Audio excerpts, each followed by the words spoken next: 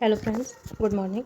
आज हम लोगों का सब्जेक्ट जो है वह सामान्य हिंदी का है। कंप्लीट सामान्य हिंदी का हम लोग एक प्लेलिस्ट बनाएंगे और उसमें पूरा कंप्लीट सामान्य हिंदी के सारा प्रीवियस ईयर क्वेश्चन सॉल्व करवाया जाएगा। तो आज हम लोग शुरू करने वाले हैं सामान्य हिंदी को, और इस वीडियो में पूरा टोटल 100 क्वेश्चन रहेगा। तो चलिए फर्स्ट क्वेश्चन से शुरुआत करते हैं। पहला क्वेश्चन है, युद्ध लड़ने की उत्सुकता के भाव को अभिव्यक्त करने के लिए प्रयुक्त होने वाले शब्द होता है। तो कौन सा शब्द प्रयुक्त होता है? युयुत्सा उसको कहते हैं। क्वेश्चन नंबर 3 कह रहा है कि जो किसी कार्य के संपादन में मनोयोग पूर्वक लगा हुआ है, इस वाक्यांश के लिए प्रयुक्त होने वाला शब्द कौन सा है? तो उसको क्या कहा जाता है? दत्त चित्त के नाम से जाना जाता है। क्वेश्चन नंबर 4 कह रहा है कि जिसका उत्तर देकर खंडन किया गया हो उसको क्या कहा जाता है? तो प्रत्युक्त कहा जाता है। ऑप्शन नंबर ए हो जाएगा। क्वेश्चन नंबर 5 कह रहा है कि उत्तर देकर खंडन करना, सेम क्वेश्चन है तो क्या हो जाएगा? प्रत्युक्त हो जाएगा। क्वेश्चन नंबर 6 कह रहा है कि अज का अर्थ क्या चीज़ नहीं है? तो अज का अर्थ मोती नहीं है। अज का अर्थ क्या क्या हो सकता है? ये ऑप्शन हो सकता है जिसका जन्म न हो। अज का अर्थ होता है दशरथ के पिता भी हो सकता है। अज का अर्थ ब्रह्मा विष्णु और शिव भी हो सकता है, यानी कि ऑप्शन नंबर सी हो जाएगा। क्वेश्चन नंबर 8 कह रहा है कि जो स्त्री सूर्य भी न देख सके उसको क्या कहा जाता है? असूर्यमपश्या कहा जाता है। क्वेश्चन नंबर 9 कह रहा है इनमें से एक के लिए प्रयोज्य शब्द कौन सा है? असूर्यप्रश्य, यानी कि डी ऑप्शन हो जाएगा। डी यानी कि रविनाश में कड़े पर्दे में रहने वाली स्त्री को क्या कहता है? असूर्यपश्या का। क्वेश्चन नंबर 10 कह रहा है कि जो स्त्री सूर्य भी ना देख सके उसको क्या कहता है? असूर्यपश्या के नाम से जाना जाता है। क्वेश्चन नंबर 11 कह रहा है कि जो सूर्य न देखे ऐसी स्त्री को क्या कहते हैं? असूर्यपश्या के नाम से जाना। क्वेश्चन नंबर 12 कह रहा है कि अज्ञ का अर्थ क्या है? तो जो कुछ न जानता उसको अज्ञ के नाम से कहा जाता है। क्वेश्चन नंबर 13 कह रहा है कि वह कवि जो तत्काल कविता करे उसको क्या कहते हैं? आंसू कवि के नाम से जाना जाता है। क्वेश्चन नंबर 14 कह रहा है कि जिसकी आशा न की गई हो उसको क्या कहता है? अप्रत्याशित कहा जाता है। क्वेश्चन नंबर 15 कह रहा है जिसकी आशा न की गई हो उसको क्या कहता है? अप्रत्याशित के नाम से जाना जाता है। क्वेश्चन नंबर 16 कह रहा है कि बिना पलक झपकाए उसको क्या कहा जाता है? निर्मिमेष के नाम से जाना जाता है। क्वेश्चन नंबर 17 कह रहा है कि उत्तराधिकार में प्राप्त संपत्ति, इन अनेक शब्दों के लिए वर्ड कौन सा हो जाएगा? रिक्त हो जाएगा।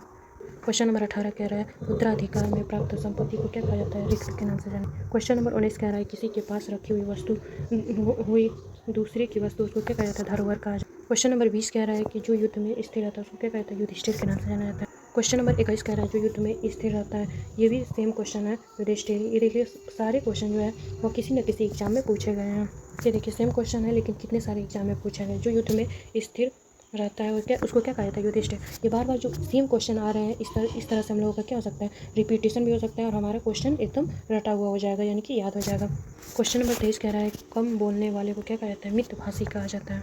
क्वेश्चन नंबर 24 कह रहा है कि जो तौला जा सके उसको क्या कहा जाता है? परिमेय कहा जा सकता है। क्वेश्चन नंबर 25 कह रहा है कि जो ईश्वर में विश्वास रखता है उसको आस्तिक कहा जाता है, और जो ईश्वर में विश्वास नहीं रखता है उसको नास्तिक कहा जाता है। क्वेश्चन नंबर 26 कह रहा है सब कुछ जानने वालों को क्या कहा जाता है? सर्वज्ञ कहा जाता है।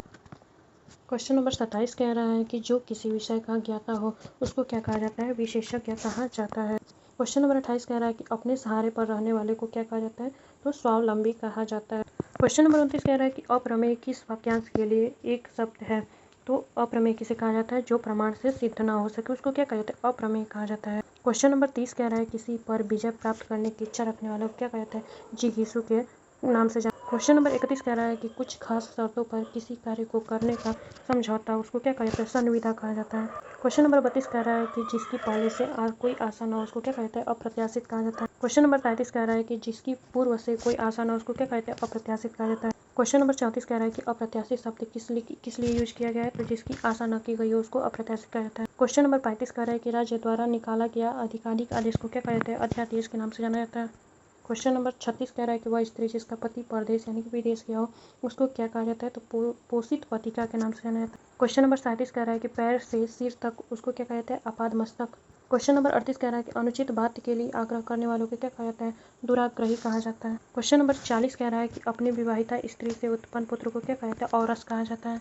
क्वेश्चन नंबर 41 कह रहा है कि दिए गए शब्दों में से कौन सा शब्द जो अवैध संतान हो उसको क्या कहा जाता है? जारज कहा जाता है। क्वेश्चन नंबर 42 कह रहा है जो ज्ञात इतिहास से पहले का उसको क्या कहते हैं? प्रागैतिहासिक कहा जाता है। क्वेश्चन नंबर 43 कह रहा है जो अचानक आंखों से ओझल हो गया उसको क्या कहते हैं? अंतर्ध्यान कहा जाता है। क्वेश्चन नंबर 44 कह रहा है जो बाएं हाथ से सधा हुआ है उसको क्या कहते हैं? सव्यसाची कहा जाता है। क्वेश्चन नंबर 45 कह रहा है कि बाएं हाथ से तीर चलाने वाले को क्या कहते हैं? सव्यसाची कहा जाता है।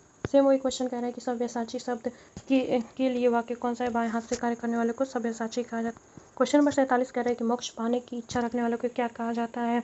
तो क्या हो जाएगा? तीर्थीसु कहा जाता है। क्वेश्चन नंबर 48 कह रहा है कि तैरने या पार होने के इच्छुक को क्या कहता है? तीर्थीसु कहा जाता है। क्वेश्चन नंबर 49 कह रहा है जिसका निवारण अत्यंत कष्ट से किया गया उसको क्या कहते हैं? दूर निर्वार कहा जाता है। क्वेश्चन नंबर 50 कह रहा है कि कान के नीचे लटकता हुआ कोमल भाग उसको क्या कहते हैं? कर्णपाली के नाम से जाना जाता है। क्वेश्चन नंबर 51 कह रहा है कि जो पान करने योग्य नहीं है उसको क्या कहते हैं? अपेय कहा जाता है। क्वेश्चन नंबर 52 कह रहा है कि अनेक शब्दों के लिए एक शब्द कौन सा इसमें से गलत है? तो आगे की सोचने वाले को वाला अग्रगामी नहीं होता, ये गलत है। बाकी सब ए, सी और डी सही है। कह रहा है कि जंगल की आग को दावा नल कहा जाता है, ये तो सही है। समुद्र की आग को बड़वा नल कहा जाता है, ये भी सही है। और पेट की आग को जठराग्नि कहा जाता है, ये भी सही है। लेकिन बी वाला गलत है, आगे की सोच वाला को अग्रगामी कहा जाता है, ये गलत है। क्वेश्चन नंबर 53 कह रहा है कि जो बहुत बोलता है उसको क्या कहा जाता है? वाचाल कहा जाता है। सेम वही क्वेश्चन है, बहुत अधिक बोलने वाला व्यक्ति क्या है? वाचाल। क्वेश्चन नंबर 55 कह रहा है कि जो भेदा या तोड़ा न जा सके उसको क्या कहता है? अभेद कहा जाता है। क्वेश्चन नंबर 56 कह रहा है कि जो एक जगह से दूसरी जगह ले जाया जा सके उसको क्या कहा जाता है? अस्थावर। क्वेश्चन नंबर 58 कह रहा है कि जिसका कोई शत्रु पैदा न हुआ उसको अजात शत्रु कहा जाता है। सेम वही क्वेश्चन कह रहा है कि जिसका कोई शत्रु नहीं जन्मा उसको अजात शत्रु कहा जाता है। 60 का कह रहा है कि जिसका शत्रु पैदा न हो उसको अजात शत्रु कहा। 61 कह रहा है कि जिसे जीता न जा सके उसको क्या कहते हैं? अजय कहा जाता है। क्वेश्चन नंबर 62 कह रहा है कि जिसे पराजित न किया जा सके उसको क्या कहते हैं? अपराजय कहा जाता है। क्वेश्चन नंबर 63 कह रहा है कि अपना मंतव्य साधने वालों को क्या कहा जाता है? स्वार्थी कहा जाता है। क्वेश्चन नंबर 64 कह रहा है कि जिसका उच्चारण न किया गया हो उसको क्या कहते हैं? अनुच्चरित कहा जाता है। क्वेश्चन नंबर 65 कह रहा है कि वाक्यांशों और उनके लिए प्रयुक्त शब्दों में निम्नलिखित में से सही युग्म का चयन कीजिए। तो क्या हो जाएगा? लौटकर आया हुआ को प्रत्यागत कहा जाता है, ये वाला सही है, बाकी सब गलत है।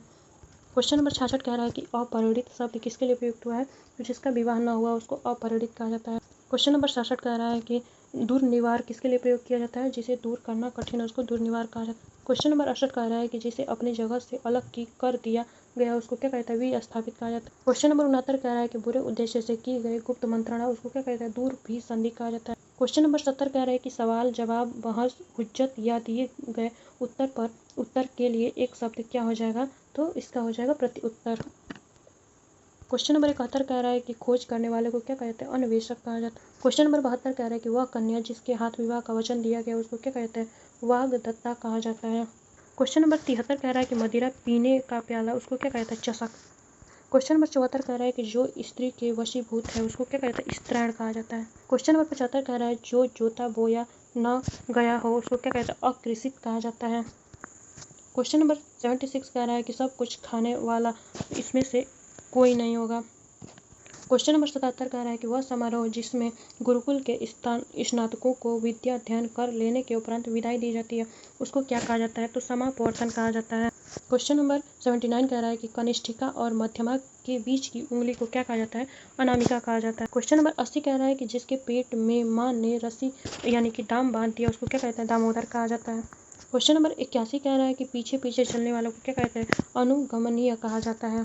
क्वेश्चन नंबर 82 कह रहा है कि जिसकी कोई कीमत ना हो उसको क्या कहते हैं? अमूल्य कहा जाता है। क्वेश्चन नंबर 83 कह रहा है कि थोड़ा नपा तुला भोजन करने वाला उसको क्या कहते हैं? मितहारी कहा जाता है। क्वेश्चन नंबर 84 कह रहा है कि गुरु के समीप रहकर अध्ययन करने वालों को क्या कहते हैं? अंतेवासी कहा जाता है। क्वेश्चन नंबर 85 कह रहा है कि जिसके हृदय पर आघात हुआ उसको क्या कहते हैं? मर्माहत कहा जाता है। क्वेश्चन नंबर 86 कह रहा है जो अपने पद से हटाया गया उसको पदच्युत कहा जाता है। क्वेश्चन नंबर 88 कह रहा है कि झगड़ा लगाने वाला मनुष्य वह कौन है? नारद।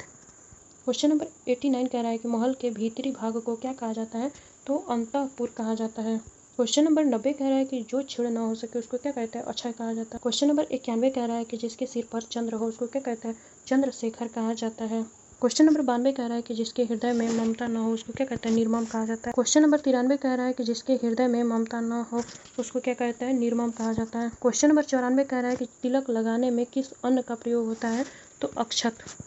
क्वेश्चन नंबर 95 कह रहा है जिसका जन्म छोटी जाति यानी कि निचले वर्ण में हुआ उसको क्या कहते हैं? अंत्यज कहा जाता है। क्वेश्चन नंबर 96 कह रहा है कि अंत्यज शब्द के लिए सही वाक्यांश कौन सा है? तो तथाकथित निम्न जाति में जो जन्म लेता है उसको अंत्यज कहा जाता है। क्वेश्चन नंबर 97 कह रहा है कि जिसका उपचार न हो उसको क्या कहते हैं? असाध्य कहा जाता है। क्वेश्चन नंबर 98 कह रहा है कि वीर पुत्र को जन्म देने वाली को क्या कहता है? वीर प्रसू कहा जाता है। क्वेश्चन नंबर 99 कह रहा है कि शक्तिशाली, दयालु, शांत, धीर और योद्धा नायक के लिए एक शब्द क्या है? उसको धीरोदात्त कहा जाता है। ये हम लोगों की वीडियो का लास्ट क्वेश्चन है। 100 इंपॉर्टेंट क्वेश्चन में से ये लास्ट क्वेश्चन है। अगली वाली वीडियो में फिर 100 टॉपिक करेंगे, फिर एक और इसी का एक और टॉपिक बनेगा। उस वीडियो में भी 100 क्वेश्चन ही रहेगा। तो ये 100वां क्वेश्चन पढ़ते हैं कि वह नायिका जो अपने पति के परदेश में होने के कारण दुखी हो उसको क्या कहा जाता है? तो वियोगिनी कहा जाता है। तो ये हम लोगों का टॉपिक था अनेक शब्दों के एक शब्द। और आज के लिए इतना ही। धन्यवाद दोस्तों। ये 100 इम्पोर्टेंट क्वेश्चन था और इसका 2 पार्ट आएगा, उसको भी देखिएगा ज़रूर।